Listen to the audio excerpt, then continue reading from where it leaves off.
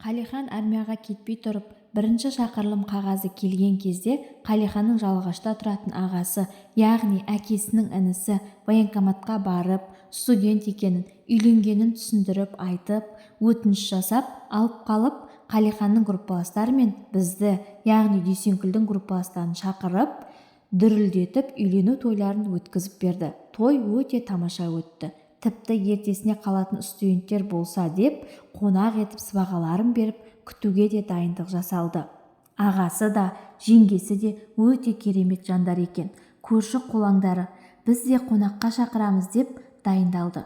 Мұның барлығын біліп отырған себебім, Дүйсенкүл екеуміз Қалиханмен бірге свадьбадан 2-3 күн бұрын барып, барлық дайындықтарының ішінде болдық.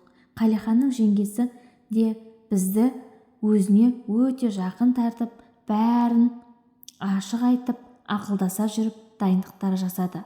Біз де пікірімізді қосып, қолымыздан келгенше көмектестік.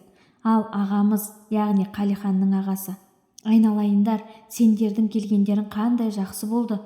Ағама Қалиханның әкесін айтты. Сізден бұрын келінді жұмсадым, енді құдашаны да өзімізге тартсақ күшті боламыз деп айтып қызықтырайын деп бізбен әзілдесіп, дастархан үстінде ойнап күліп отырады. Қалиханға қатты ұқсайды, пейілі кең, мейірімі бетіне шығып тұрады. Дүйсенкүл 2 қабат болған соң, әлгі старший жігіт Дүйсенкүлге айтып, мені бірге қыдыруға алып кетеді. Екеуміз, менің досым Дүйсенкүл мен оның досы Қалиханның бас қосқанына қуанып, көбінесе әңгіме төркіні сол жаққа арналады. Старший жігіт, Қалиханның армияға кетпей тұрып, үйленіп үлгергені қандай жақсы болды. Дүйсенкүл екеуін қатты уайымдағаннан азып кеттіңдер деп, білегімнен ұстап, міне қолыңды қарашы, нәп-нәзік деді. Мен өзіміз де толық емеспіз ғой деп күлдім. Ол, жоқ Айжан, шын айтам, азып кеттіңдер деді. Осылай ол білегімнен ұстап, қатар жүріп әңгімелесіп келеміз. Алдыңғы күні театрға, кеше киноға, оның алдында анда-мында деп барған жерлеріміздің біразын санамалап, бүгін бір столовойдан ас ішіп алып қыдырсақ қалай қарайсың деп маған қарады. Мен жарайды деп келістім. Ас ішіп шыққанымызда түн қараңғыланып қоюлана бастады. Оның үстіне паркте ағаштар, гүлдер, шағын шалғындар қалың жиі болғандықтан, ол заманда парк солай болатын. Иығымнан бір қолымен қапсырып, құшақтап келеді. Парктың бір қапталындағы оқшаулау тұрған скамейкаға жайғастық. Кенет ол мырс етіп күлді. Не болды деп сұрап едім. Студенттік шақ қандай қызық, әсіресе өздерің сияқты қыздармен алғашқы махаббатты бастау, оның кезеңдерін қол ұстасып бірге өткізу өте керемет. Қалихан екеуміз сендерді дарияның жағасында шанамен сүйрететініміз ойыма түсіп күліп жібердім. Ол кезде сендер 1-ші курста, біз 3-ші курста едік қой. Қыздар әлі жас бала сияқты екен. Давай, шанамен сүйретейік, оларға сол қызық болатын сияқты деп, сендерді көңілдендіру үшін біреулерден шана сұрап алып, қуанғанымызды білсеңдер ғой Қалихан екеуміздің. Қазір ойласам, өзімізше ересек жігіт болып, қызбен жүріп жүрсек те, ол кезде балалығымыз бар екен деп, маған қарап, мәз болып күліп отырды. Мен де күлдім. Рахмет сендерге. Шындығында да сол шанамен сүйретіп, өздерін қара терге түсіп, бізді еркелетіп, біресе отырғызып, үлкен шана келіп, үстіне көрпеше салып, аяғымызды созып, жантайтып сырғанатқандарың өте қызық болды. Сендер қандай сезімде болғандарыңды қайдам? Ал біз Дүйсенкүл екеуміз бөлмеге келген соң қызықты айтып тауыса алмай мәз болатынбыз. Сонымен таң атады. Ертесіне сабаққа барамыз.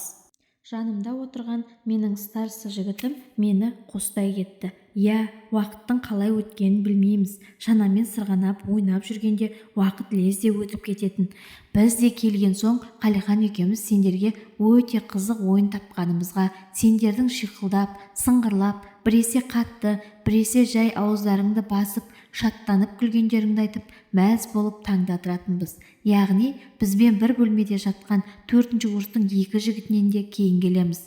Бізден не істеп жүрсіңдер деп сұраса, жатақхана алдындағы қазақтардың үйінен шана сұрап алып, сырғанақ ойнадық десек, олар шеттер қатып күледі де, бірақ Дүйсенкүл де Айжан да бала сияқты ғой деп жөн санайды. Кейде қызығып, екінші курстағы Ермекбай мені де ертіп барыңдаршы дейді. Сен личныйсың деп оны тастап кететінбіз деп күлді жігітім.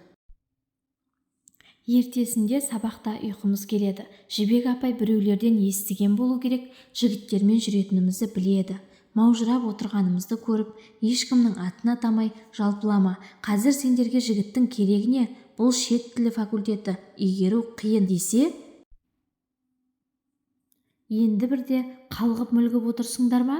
Деді де қояды. Бірақ сабақтан жақсы оқитын студенттер болғанымыздан ешқашан қатты сөйлеген емес. Жарықтық апай тек осылай жалпыламай ескертетін. Осы кезде бізді абайлап жүрсін, жігіттерге өте үйір болып бір нәрсеге ұшырап қалмасын дегені екен-ау деп ойлаймын. Иә, осылай бәрі еске түседі. Тағы бірде староста жігітім екеуміз қыдыруға шықтық. Сөз арасында мен жігітіме, осы кейін кезде сенің көзіңде мұң бар сияқты. Екеуміз қыдырып жүргенде әлсін-әлсін ойға шомып қайта шығатын сияқтысың маған. Не үшін? Әлде бірдеңе мазалай ма? Деп сұрап едім. Ол маған үн-түнсіз қадалып қарап тұрып қалды. Мен таңданып, не болды дедім. Староста жігітім, сен өте сезімталсың. Қалай біліп қойдың? Мен саған жанымды қинап жүрген жағдайымды қалай жеткізерімді білмей жүрмін. Менің анам ауырып жатыр. Дәрігерлер осы жақында жаман ауру деген диагноз қойып үйге қайтарыпты. Анам да іштей сезе ме, әлде өзінің ауыр халінен қорқа ма, әйтеуір үйленші балам, мен көріп кетейін деп қоймайды. Үйдегілер, ағайын туыстар да үйлен, көріп арманы орындалсын, және үйге де келін керек болып тұр ғой деп өтінеді. Тап қазіргі жағдайда семьямыз үлкен, бала-шаға, науқас ана, үйде болатын келін керек.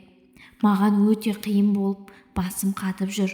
Сондықтан әлсін-әлсін ойға түсіп кеткенімді байқамай қаламын деп терең күрсінді. Сенің шет тілдер факультетінде оқитыныңды, қалай да очно оқу қажеттігін ойлаймын. Не сені ешкімге қимаймын. Сонымен ештеңе де өзгермейді. Тек жаным күйзелумен күндер өтіп жатыр.